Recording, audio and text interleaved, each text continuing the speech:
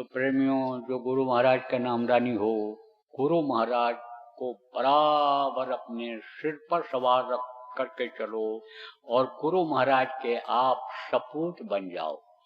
सपूत और कुपूत दो होते हैं। जो नाम को मिटाते हैं कुपूत हो जाते हैं, खानदान में कलंक बन जाते हैं। और जो नाम को आगे बढ़ाते हैं, नाम को ऊंचा करते हैं, लोग ये कहने लग जाते हैं कि ये उनके नाती हैं, ये उनके पोता हैं, ये उनके बेटा हैं। तो नाम किसका होता है? बाप का होता है, दादा बाबा जिसको कहते हो उनका नाम होता है। तो जो नाम को बढ़ाते हैं वो होते हैं सपूत। देखो प्रेमियों, सपूत बन जाओ। सपूत जब बन जाओगे तो रास्ता खोजने की जरूरत नहीं पड़ेगी। आप लेख लेख कायर चलें, लेख चलें कपूत, लेख छाड़ तीनों चलें, शायर सिंह सपूत। सपूत बन जाओ, उनके सच्चे पूत बन जाओ, उनके सच्चे बेटा बन जाओ, उनके मिशन को आगे बढ़ाने में लग जाओ। तो तुमको किसी पंथ की, किसी रास्ते की जरूरत नहीं रह जाएगी। जिधर भी जय कोटो नाम बोल करके निकल पड़ोगे, उधर ही आप कामयाब हो जाओगे। इसलिए प्रेमियों, हमेशा गुरु को मस्तक पर सवार रखो और गुरु के काम को, नाम को आगे बढ़ाने में हमेशा प्रयास करते रहो। अपनी औकात भर, अपनी शक्ति भर आप लगे रहो और नाम काम को आगे बढ़ाते रहो।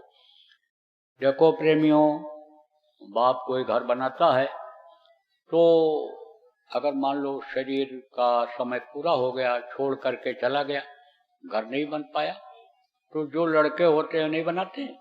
बनाते हैं। तो गुरु महाराज का एक लक्ष्य था। क्या लक्ष्य था? कि जीवों का किसी भी तरह से उद्धार हो जाए, कल्याण हो जाए।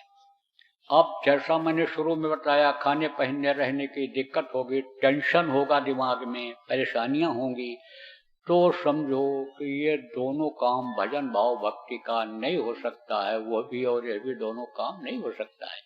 लेकिन वो समस्या अगर दूर हो गई तो समझो भजन भाव भक्ति के लिए पूरा टाइम रहेगा। जैसे सतयुग में था, सतयुग योगी सब विज्ञानी, करिहर ध्यान करें वो प्राणी। सतयुग में नो टेंशन था, नो टेंशन जोन।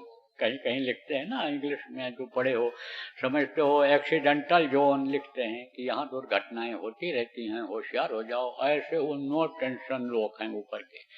अब ये सतयुग का जो युग था, इसी धरती पर था, तो यहाँ भी नो टेंशन था। आप फिर समझो क्यों? क्योंकि सब साथ देते थे। समय पर जाड़ा, समय पर गर्मी, समय पर बरसात होती थी। काश्तकार अपने खेत में खड़ा होकर के, हाथ जोड़ करके पानी मांगना तो दूर रहा, एक बार बो करके चला आता था। और जब जरूरत पड़ती थी जिस खेत को, उस खेत को पानी बादल दे देता था। आज भी आपने देखा होगा, ऐसे सामने बरसता है और इधर आप खड़े रहो, भीगोगे नहीं। यानी समझो ऐसी भी बारिश होती है कि जुताई करने वाले का एक बैल भीगता है और दूसरा नहीं भीगता है। तो क्योंकि बादल उतनी ही दूर तक का होता है। ऐसे ही जब जिस खेत को जरूरत होती थी, बादल आते थे, बरस जाते थे। एक बार लोग बोते थे खेत को, दोबारा बोने की जरूरत नहीं पड़ती थी जल्दी। एक बार लोग बोते थे, 27 बार काटते थे। तो फिर काहे को हर्रा फिटकरी, काहे को किसी बात की चिंता, आराम से लोग भजन करते थे। गुरु महाराज ने कहा, भाई सतयुग जैसा वातावरण हो जाए, सतयुग अगर आ जाए तो उससे सब काम बन जाएगा। गुरु महाराज ने कहा सतयुग आएगा। पहले तो समझो प्रार्थना किया उन्होंने, आप समझो प्रार्थना किया उस प्रभु से कि सतयुग आ जाए तो एक साधे सब सधे, सब साधे सब जाए, एक सध जाए तो इनकी रोटी रोजी की, इन चीजों की समस्याएं खत्म हो जाएं, लड़ाई झगड़ा, वैमनस्यता, ईर्ष्या, द्वेष, व्यभिचार, खून कतल, ये सब बंद हो जाए, टेंशन खत्म हो जाए, तो सतयुग आ जाए। अब जब समझो कि इनका संकल्प बन गया तो संतों का जो संकल्प होता है वो पूरा होता है। इसीलिए जो वो बोल देते हैं वो हो करके ही रहता है। कहा ना कथा न होए देव स्मृति, कहा गया संत वचन पलटे नहीं, पलट जाए ब्रह्मांड। कानून में भी बदलाव यानी आ जाता है, ऊपरी कानून में भी उनकी मर्जी के अनुसार यानी बदलाव आ जाता है। वैसे ऊपर का कानून जल्दी नहीं बदलता है, लेकिन उसमें भी गुंजाइश हो जाती है। जैसे भारत देश का ये संविधान है कि कोई कत्ल किसी का करता है तो फांसी ही होती है, लेकिन थोड़ा सा उसमें यह भी अब दया का लगा दिया गया कि राष्ट्रपति अगर समझो कि दया भाव कर दे, उसकी जो है यानी दया अगर कर दे, वो राष्ट्रपति भारत का अगर कह दे कि इसको फांसी न दिया जाए तो फांसी से बच जाता है। ऐसे ही नियम में परिवर्तन हो जाता है। तो नियम में परिवर्तन हुआ। गुरु महाराज जी ने नहीं कहा कि कलयुग चला जाएगा, सतयुग आ जाएगा, और कलयुग में ही सतयुग आएगा, कलयुग में ही सतयुग आएगा, ये कहा। उन्होंने उसमें जगह बनाया, उस प्रभु से कह करके कि अच्छा वातावरण हो जाए, और उसी सतयुग के वातावरण में बहुत से जीव भजन करके पार हो जाएंगे, वो समझने लगेंगे हर चीज को। इसलिए कहा कलयुग में कलयुग जाएगा और कलयुग में सतयुग आएगा। जैसे मान लो भारत का राष्ट्रपति अगर किसी को बना दिया जाए तो उसके दिमाग में जो चीज रहेगी, एक दिन के लिए, एक घंटे के लिए अगर बना दिया जाए तो दिमाग में जो चीज रहेगी वही वो कर डालेगा, वही नियम कानून या जो पावर है उसको वो उसको कर डालेगा। थोड़े समय के लिए भी अगर सतयुग आ गया तो इसी में तो बहुत से जीव निकल जाएंगे। जैसे कर्मों का विधान जब नहीं बना था तो समझो कि सब जीव अपने घर चले जाते थे, कर्मों के विधान में ये फंसे, और कर्मों का भी विधान बना तो उसको लागू करने में, परीक्षण करने में समय लगा। तब तक तो खेप की खेप पार हो गई थी, करोड़ों जीव, अरबों जीव चले गए थे अपने घर, अपने वतन। तो गुरु महाराज की जो सोच ये प्रेमियों के कलयुग में कलयुग जाएगा, कलयुग में सतयुग आएगा, यह यानी समझो कि 100% की बात सिद्ध होगी, और 100% की बात यह है। लेकिन इसके लिए आपको लकड़ी लगाना पड़ेगा। लकड़ी किसको कहते हैं? जैसे कृष्ण भगवान ने गोवर्धन उठाया था और गोपी और ग्वालों ने लकड़ी लगा दिया था, जिसको लाठी कहते हो, आप समझो श्रेय उनको भी मिल गया। गोवर्धन किसने उठाया? कृष्ण ने उठाया। लकड़ी किसने लगाया? गोपी ग्वालों ने। आज उनकी भी रास लीला रचाई जा रही है। आप ये समझो अबला की लाज को बचाने के लिए जटायु ने जान दे दिया था। देखो स्वर्ण अक्षरों में धार्मिक पुस्तक में आपके रामचरितमानस में उसकी व्याख्या आई है, उसका नाम लिखा हुआ है। आपको समझने की जरूरत है। काम तो हो जाएगा, काम होने में देर नहीं है। महापुरुषों का काम संकल्प मात्र से हो जाता है। जैसा कल हमने आपको सुनाया था कि कृष्ण का संकल्प पहले ही पूरा हो गया था, और अर्जुन को उन्होंने दिखाया था, देखो ये सब मरे पड़े हुए हैं, तुमको केवल निमित्त बनना है, तीर धनुष लेकर के मैदान में आंख बंद करके छोड़ना है, काम तो पहले ही हो गया। ऐसे ही महापुरुषों का काम हो जाता है। लेकिन समझो प्रेमियों, भगवान की पूजा किसके द्वारा होती है? भगवान का महत्व किससे होता है? यानी समझो उनके भक्तों से होता है। श्रेय देते हैं इसलिए उनको, ये जुड़े हुए रहते हैं। जैसे एक सिक्के के दो पहलू होते हैं, ऐसे संत और संत के जीव होते हैं, ऐसे ही गुरु और शिष्य होते हैं, इस तरह से जुड़े हुए होते हैं। पुत्र और समझो कि बाप का रिश्ता तो बहुत बार हुआ, लेकिन गुरु और शिष्य का जो रिश्ता होता है एक ही बार हुआ करता है। फिर तो मौका ही वो नहीं देते हैं। जो गुरु भक्ति कर लेते हैं, गुरु के आदेश का पालन करते हैं, उनको तो एक ही जन्म में पार कर देते हैं। हम आए वही देश से जहाँ तुम्हारा धाम, केवल एक लक्ष्य उनका हुआ करता है।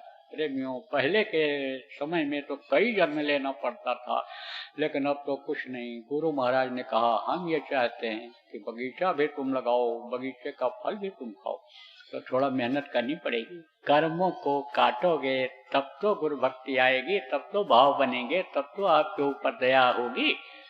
तो सबसे ज्यादा कर्म समझो कि किससे बनते हैं? खराब कर्म शरीर से, देख करके सुन करके उसके कर्मों को ले लेता है आदमी। दूसरे निंदा बुराई कानों से सुन करके ले लेता है, जबान से किसी को अपमान कर देता है, किसी को गाली गुप्ता दे देता है, उसकी आत्मा को कष्ट होता है तो वो कर्म आ जाता है।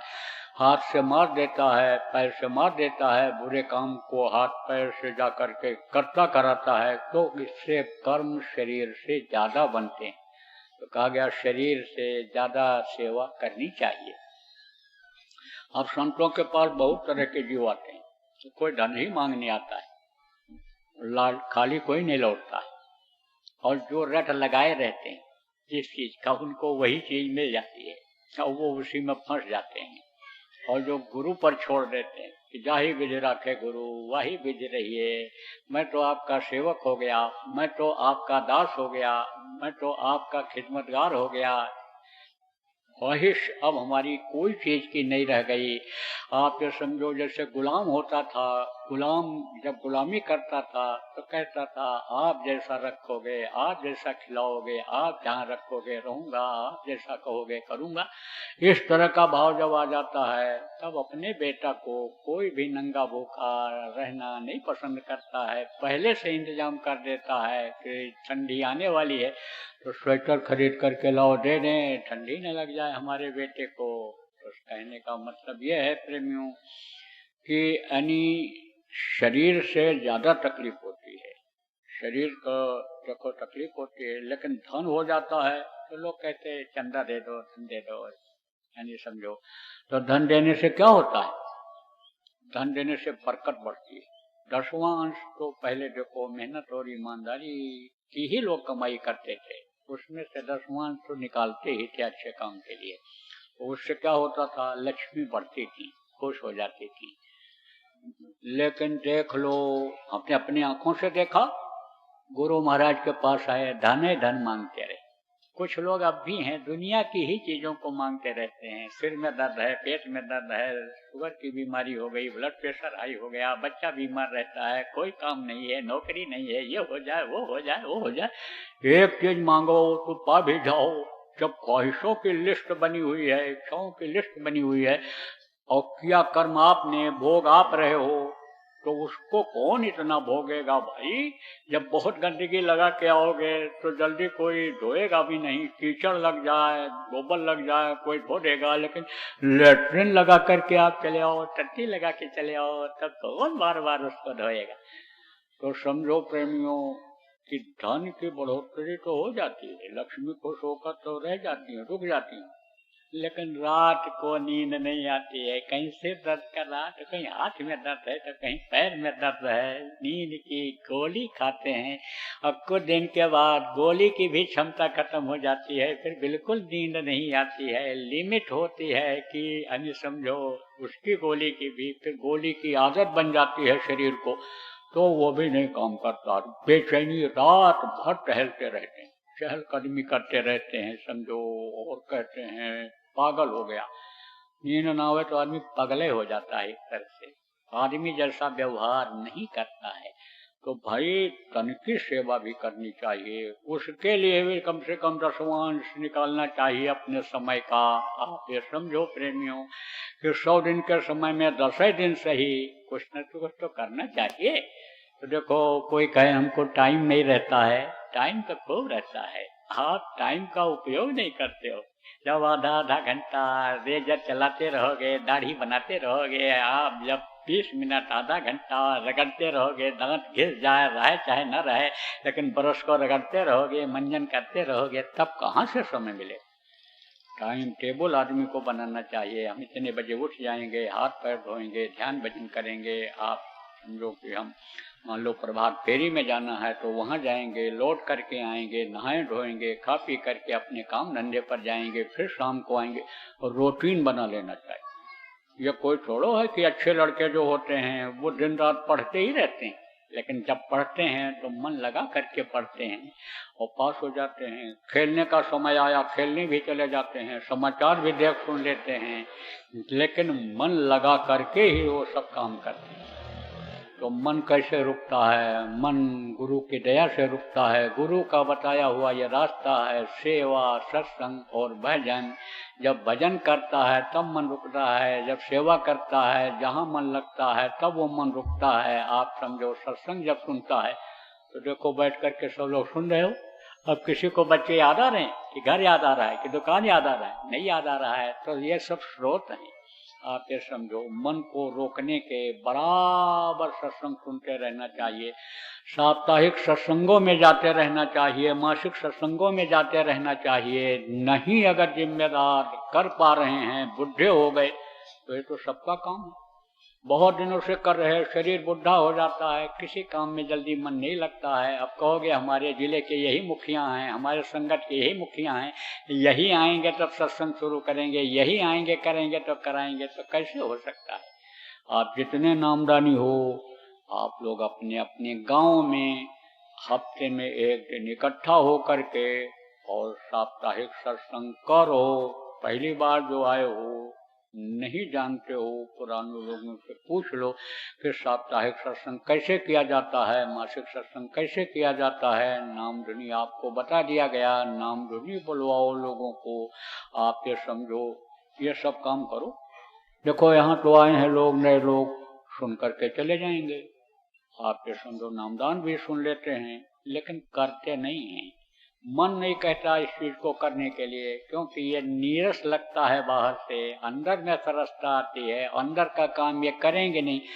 बाहर की ही आदत बनी हुई है कि मुंह से ही प्रार्थना करते रहो, हाथ से ही आरती धूप करते रहो, इधर उधर चले जाओ तीर्थों में, इधर उधर चले जाओ, गंगा स्नान कर जाओ। तो समझो आपकी यही आदत बनी हुई है, तो उधर ही ये बेचारे फिर चले जाते हैं। लेकिन इनसे जब संपर्क बराबर बनाए रखोगे, संत मत के बारे में बताए रहोगे, अपने आला मत के बारे में बताए रहोगे, आप ये जब बताए रहोगे कि 4 पदार्थ कर चलता के इससे तुमको अर्थ धर्म काम मोक्ष सब मिलेगा, तब इनके समझ में आ जाएगा। अब मान लो दूध के ढोए तो आते नहीं है सब लोग, ये भी बात सत्य है कि जो उनके कर्म हैं, एक दिन की रगड़ाई में बड़े कर्म ये नहीं धुलते हैं। जैसे दाग बन जाता है, एक बार के धुलाई में नहीं साफ होता है, बार बार रगड़ना पड़ता है तब साफ होता है। तो बार बार रगड़ाई करो इनको। प्रचार में जाओ ले जाओ, सत्संग में जाओ कहीं ले जाओ, बराबर संपर्क जो पुराने लोग हो नामदान दिलाने के लिए लाए हो, इनसे बराबर संपर्क करते रहो। ये मत सोच लो कि बाहर झोंक कर बाहर में और रहीमन उतरा पार, हमने तो नामदान दिला दिया, अब लेने वाला जाने और देने वाला जाने। अभी आप छुट्टी नहीं पाओगे, छुटकारा नहीं मिलेगा। पौधे को लगा दो और उसकी देख रेख न करो तो फल नहीं लगेगा। पौधा जब बढ़ जाए, फल आने लग जाए, छोड़ दिया जाता है। नहीं तो जब नाजुक रहता है, रखवाली की जाती है, सिंचाई गुड़ाई की जाती है। ऐसे अभी ये संत मत के तरफ से नाजुक है, इसलिए इनकी संभाल आपको करनी है, देख रेख आपको करनी है, ताकि ये भटक न जाएं। एक बार नामदान लेने के बाद भी, असली चीज पाने के बाद भी यह नकली चीजों में न फंस जाएं कि जैसे नकली नोट कोई काम नहीं आता है, जैसे नकला सोना हीरा ने काम आता है, ऐसे ही इसी में चमक धमक में ये फंस करके और रह जाएं, निकल न पाए। कहने का मतलब यह है कि बराबर सतयुग लाने का काम करो। अब आप समझो प्रेमियों, कलयुग जब जाएगा तभी सतयुग आएगा। कलयुगी प्रेमियों को ले जाएगा रगड़ाई करता हुआ। अब सब समझ लो कि कलयुगी ही हो जाए। और देख लो, कलयुगी बनने का इस समय एक अभियान चल रहा है। एक आदमी की नाक कट गई तो सबकी नाक कटाने के लिए वो सोच रहा है कि हमारा यही समाज बन जाए। इसलिए ये एक तरफ जो आप अच्छा समाज बनाने में लगे हुए हो, ये बुरा समाज बनाने में लगे हुए हैं। ये शराबी साथी बनाने में लगे हुए हैं, कबाबी साथी बनाने में लगे हुए हैं, ये शबाबी साथी बनाने में लगे हुए हैं। सुरा सुंदरी और इन चीजों का ज्यादा ख्वाहिश बढ़ता जा रहा है, समाज बढ़ता जा रहा है। तो कलयुग बढ़ेगा, कलयुग में ये बढ़ेंगे। और कलयुग जब जाएगा तो ये जो कलयुगी काम करते हैं, इनको लेकर चला जाएगा रगड़ाई करता हुआ। अब मान लो सब मर जाए और सतयुग आ जाए तो सतयुग का आनंद कौन लेगा। इसलिए इनको समझाओ, इनको बताओ, सतयुग के लायक आप बनाओ। बराबर कोशिश करते रहो। अपने 24 घंटे में से समय इसके लिए भी निकालो प्रचार प्रसार के लिए भी आज ही दिन में एक बार सही प्रचार प्रसार के लिए समय निकालो। तो प्रचार प्रसार की व्यवस्था कौन बनाएगा? आप खुद बनाओ। गांव के जितने भी सत्संगी हो आप इकट्ठा होकर खुद व्यवस्था बनाओ। आसपास के जो गांव हैं उनमें शाकाहारी का प्रचार करो। ये बातें जो सत्संग में बताई जाती हैं इन बातों को आप लोगों को बताओ कि जिससे वे सतयुग के लायक बन जाएं। तो एक एक आदमी अगर ये संकल्प बनाओ कि हम 100 आदमी 50 आदमियों को सुधार देंगे, सतयुग के लायक बना देंगे, तो अभी सोचो आप कि सतयुग के लायक ही सब बन जाएंगे, सतयुगी वातावरण ही हो जाएगा। फिर काल का कोई जोर नहीं चलेगा। फिर काल तो हाथ जोड़ करके जो कलयुग के रूप में है प्रेमियों चला जाएगा। इसलिए मेहनत करो। एक एक गांव के लोग आसपास के 10-10 गांव को गोद ले लो। गोद लेना किसको कहते हैं?